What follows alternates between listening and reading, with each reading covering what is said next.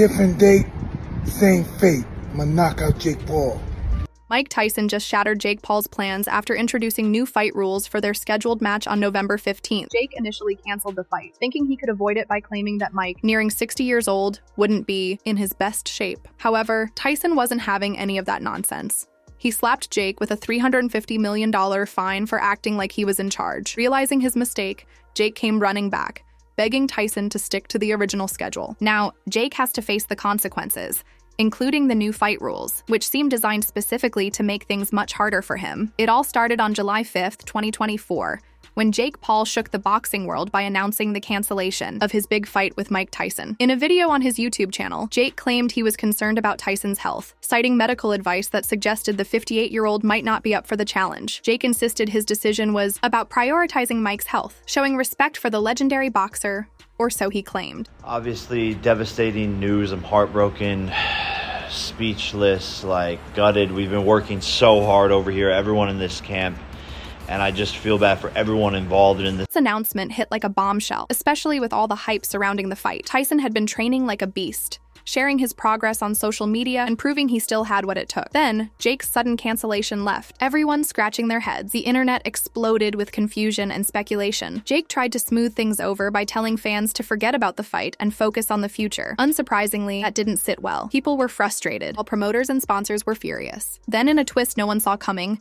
Jake announced a new opponent, Mike Perry. The fight was scheduled for July 20th, 2024. Jake's explanation for the switch? Mike Perry is a great fighter and a true competitor. That's it. That's all he said. Yeah, the news is true, folks. I, Jake Paul, will be fighting Mike Perry, Tampa, Florida, July. The news left fans both curious and skeptical, sparking debates about the fight's implications. Mike Perry, who had transitioned from MMA to boxing, brought a completely different vibe. His no-nonsense brawler mentality was a stark contrast to Jake Paul's flashy persona. Promotion for the Paul versus Perry fight kicked off in full swing. Never one to hold back, Perry promised an all-out war in the ring, ramping up the anticipation. Yet, the shadow of the canceled Tyson fight loomed large, leaving fans wondering what could have been. No one reacted more explosively to the situation than Iron Mike himself. Imagine a man who would fight through the pain of an ulcer rather than cancel a match out of sheer commitment, and then Jake Paul thinking he can just call it off. Who does he think he is? Mike Tyson doesn't play games, especially when millions are on the line. He slapped Jake Paul with a $350 million lawsuit. Why such a staggering amount, you ask? The financial fallout from Jake's sudden change of plans was enormous. Companies like Monster Energy and DraftKings had poured fortunes into promoting the Tyson-Paul fight,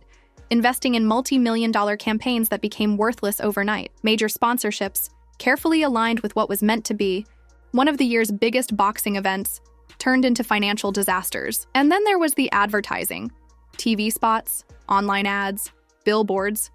All of it vanished into thin air. It was like watching stacks of cash go up in flames. The ripple effects of Jake's decision left behind a trail of frustration, broken deals, and lost opportunities. Fight. Yeah, the biggest ever. Ever. It's on pace to be the biggest fight ever. Yes, and we're involved. We're involved, right? We're involved. All those big shots, all the biggest athletes in the world, this is the biggest ever. November 28th. Lit. Hey, we lit here. We lit at the Tyson Ranch. The venue bookings were another casualty of Jake's sudden cancellation. These events don't just happen overnight. They're planned months in advance. From the broadcasters who secure exclusive rights to the smaller investors hoping to cash in, everyone took a hit. Now, Jake Paul is facing the music. The controversy surrounding the $350 million fine sparked a heated debate. Critics argue that the amount is excessive and question its enforceability. Jake claims it was all just a mix-up, a miscommunication.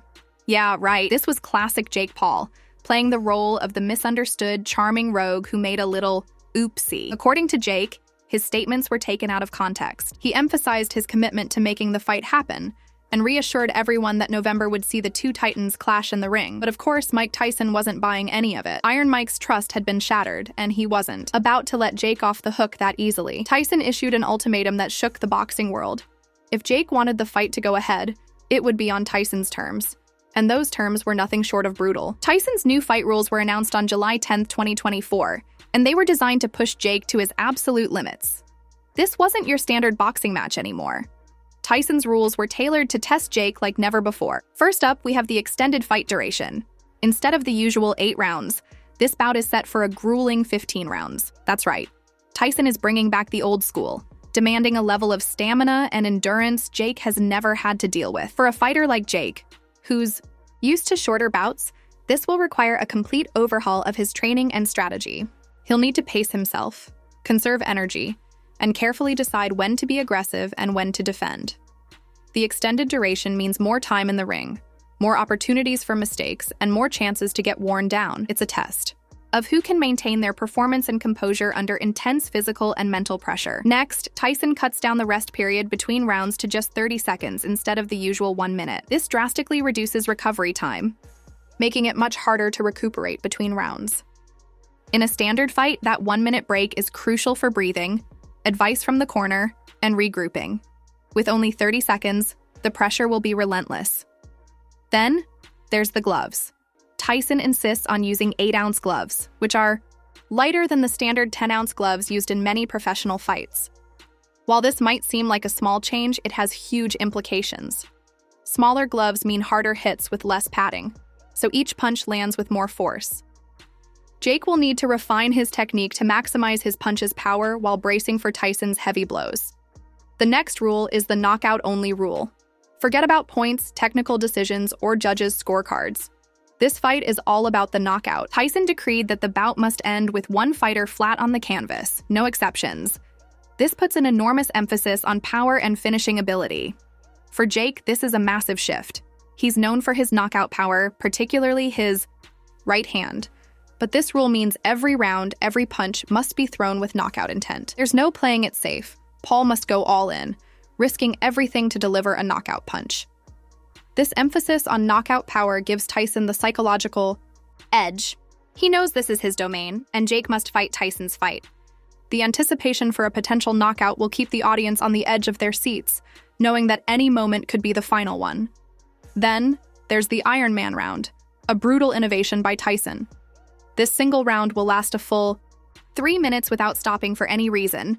No breaks, no stoppages, just continuous fighting. It's designed as the ultimate test of stamina and resilience. Tyson, ever the strategist, knows this could be a game changer. Finally, there's the random drug testing rule. Tyson insisted on mandatory and random drug testing throughout training and before the fight. Tyson's insistence on random drug tests also sends a clear message. He wants this fight to be pure, a true test of skill, strength, and endurance. This adds another layer of complexity to both fighters' preparation. Finally, there's the no clinching rule. Tyson has imposed strict penalties for excessive holding or clinching during the fight. Clinching, where fighters grab onto each other to stop the action, is often used to buy time or disrupt the opponent's rhythm. Tyson wants none of that. He's all about continuous action and engagement. This rule means Jake can't rely on clinching to recover or slow down Tyson's relentless assault. He must stay active, keep moving, and continue fighting. So the question remains, can Jake survive all this, or should he sign his will before stepping into the ring? Well, it seems the old proverb holds true here. You reap what you sow.